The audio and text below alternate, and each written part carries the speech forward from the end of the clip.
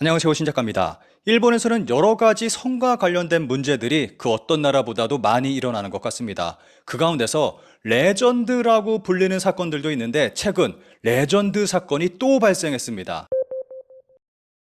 전철안 한 여성이 졸다가 옆 남성의 어깨에 머리를 기대게 됩니다. 순간 남성은 여성의 머리를 손으로 일으켜줍니다. 문제는 이때부터 시작됩니다.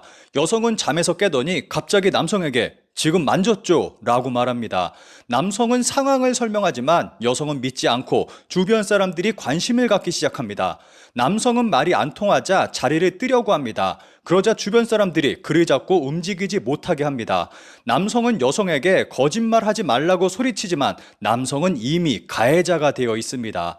1분 31초의 영상은 영화와 드라마 제작 현장에서 종사하는 사람들의 모임 코네코 필름에서 제작한 영상입니다. 코네코 필름의 미노 카지이코 씨는 사람이 억울하게 치안으로 몰리는 현장은 이렇구나 하고 생각하고 있던 모습을 찍었습니다 라고 말했습니다.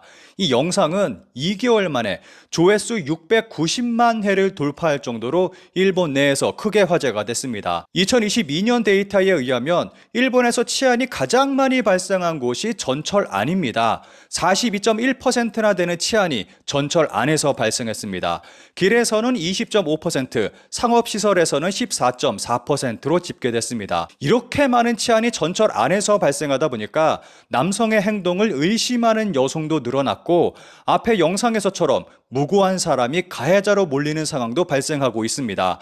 상황이 이렇다 보니까 치안으로 몰리는 것이 두렵다고 말하는 남성들까지 생겨났고 이들은 남성 전용 칸까지 주장하고 있습니다. NPO 법인 일본 약자 남성센터는 남성 전용 차량을 만들어 이벤트성 운행을 하기까지 했습니다. 일반 여성 시민은 있으면 좋다고 생각한다면서 남성 전용 칸은 없다고 하는 목소리도 있고 해서 남성도 만들어야 한다고 생각한다는 답변을 했습니다. 억울하게 치안으로 몰리는 일을 줄일 수 있겠냐는 질문에 줄일 수 있을 거라고 생각한다면서 만졌다, 안 만졌다는 건 증명할 수 없다라고 말했습니다. 여기서 잊지 말아야 할 근본적인 원인이 있습니다. 일본 약자 남성센터의 한 회원은 가장 나쁜 것은 치안을 저지르는 사람들이라며 지금 상황에서 남성 자신의 몸을 지키고 싶은 것뿐이라고 답했습니다. 전철 안에서 치안이 너무 많이 일어나다 보니까 무고하게 치안으로 몰리는 남성도 늘어나고 있고 이에 자신의 몸을 지키고 싶다며 남성 전용 칸을 주장하는 일까지 벌어지고 있는 것입니다. 이런 일본에서는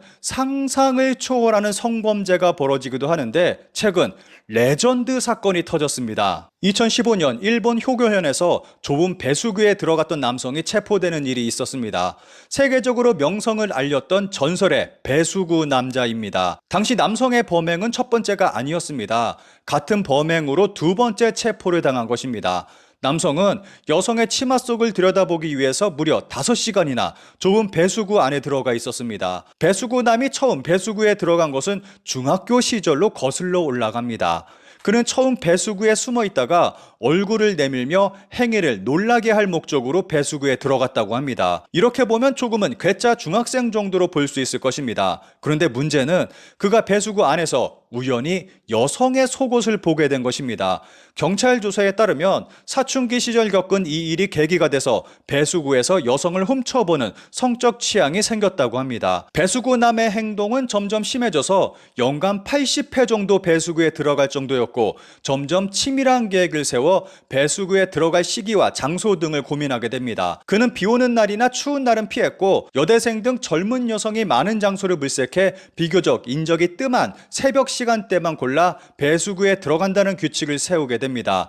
경찰 관계자는 게릴라성 호우가 발생하면 목숨을 잃을 수 있고 추운 날씨에는 감기에 걸릴 수 있다며 그는 자신을 지키기 위해 치밀한 계획을 세운 것 같다고 말했습니다. 그런데 그의 범행에는 이해할 수 없는 조금 이상한 부분이 있었습니다. 단순히 여성의 속옷을 보려고 한다면 더 간단한 방법은 얼마든지 있습니다. 그런데 키 170cm에 체중 70kg의 성인이 높이 60cm, 폭 35cm의 좁은 공간에 단지 속옷을 보기 위한 목적으로 고통을 감수하며 들어갈 이유는 없다는 것입니다. 배수구남 가족은 배수로에 들어가는 버릇은 수십 년 전부터 계속된 행동으로 동네 사람이 모두 알고 있을 정도로 유명했다면서 어려서부터 처마 밑이나 하수구 같은 좁은 장소에서 노는 걸 좋아했다라고 말한 것도 그가 여성의 속옷에만 목적을 두고 있지 않다는 의견에 힘을 싣고 있습니다. 그런데 배수구남은 경찰 진술에서 다음과 같이 말했습니다. 배수구는 안식처와 같다. 나의 장점은 어디서나 잘 수 있는 것으로 단점은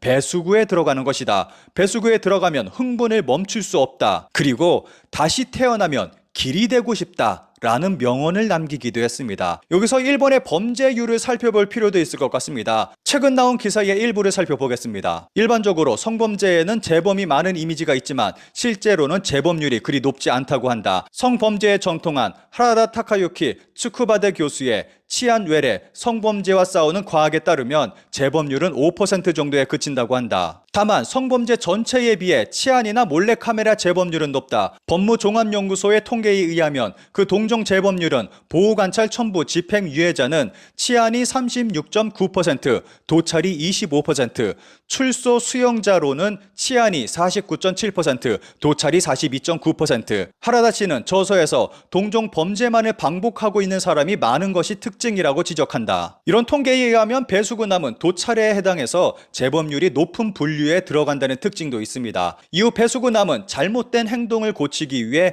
정신과 치료에 들어갔습니다. 일본에서는 성범죄자를 대상으로 카운셀링 등의 프로그램을 실시했습니다. 그 결과는 다음과 같습니다. 법무성이 2012년부터 3년간 1768명을 대상으로 프로그램의 수강자와 비수강자를 비교 조사한 결과 수강자의 재범률이 27.3%, 비수강자가 38%로 재범의 가능성이 20% 정도 저하된 것이 확인되고 있다. 다만 범죄 유형별로 보면 강간 전력자의 억제 효과가 높은 반면 치안이 대부분인 괴롭힘 방지조례 위반자에 대한 효과는 인정되지 않았다. 또 몰카범은 검증 대상이 되지는 않았다. 여기서 잠깐 얘기하자면 일본에서 몰카, 성희롱 같은 범죄는 성범죄에 들어가지 않습니다. 그러니까 조례 위반자이지 성범죄를 저지른 성범죄자는 아닌 것입니다. 그래서 일본의 성범죄율 데이터는 다른 나라에 비해서 비정상적으로 낮은 모습을 보이고 있습니다. 반면 한국의 경우 성희롱은 물론 성매매 등까지 성범죄로 들어가 성범죄율이 타국가에 비해 높게 나오고 있습니다. 다시 본론으로 돌아와서 최근 일본의 전설이 돌아왔습니다. 길이 되고 싶다. 배수구남 또 도찰 체포. 끝없는 갱생의 길. 2023년 11월 기사입니다. 배수구남이 또 같은 짓을 하다가 체포됐습니다. 정확하게는 9월에 체포됐고 최근 일본에서 치안에 대한 논란이 일자 배수구남이 다시 주목받고 있습니다. 길을 가던 고등학생이 스마트폰이 길에 떨어졌다고 생각해 주었는데 동영상 모드로 촬영 상태여서 뭔가 이상하다고 생각해 경찰에 신고해서 잡히게 됐다고 합니다. 이렇게 배수구남은 8년 만에 다시 잡히게 됐고 또다시 전설로 남게 됐습니다. 관련 기사에 달린 댓글을 짧게 살펴보겠습니다. 과연 레전드. 현역으로 레전드라니 대단하네. 살아있는 전설. 범죄자의 명언은 많지만 탑 클래스의 명언이다. 길이 되고 싶은 진짜 구도자. 나는 조개가 되고 싶다. 영하와 나는 길이 되고 싶다. 체포. 이 차이는 뭐지? 이 사람을 위한 서비스가 있으면 좋을 텐데 도랑에 들어가 관찰할 수 있는 가게라든가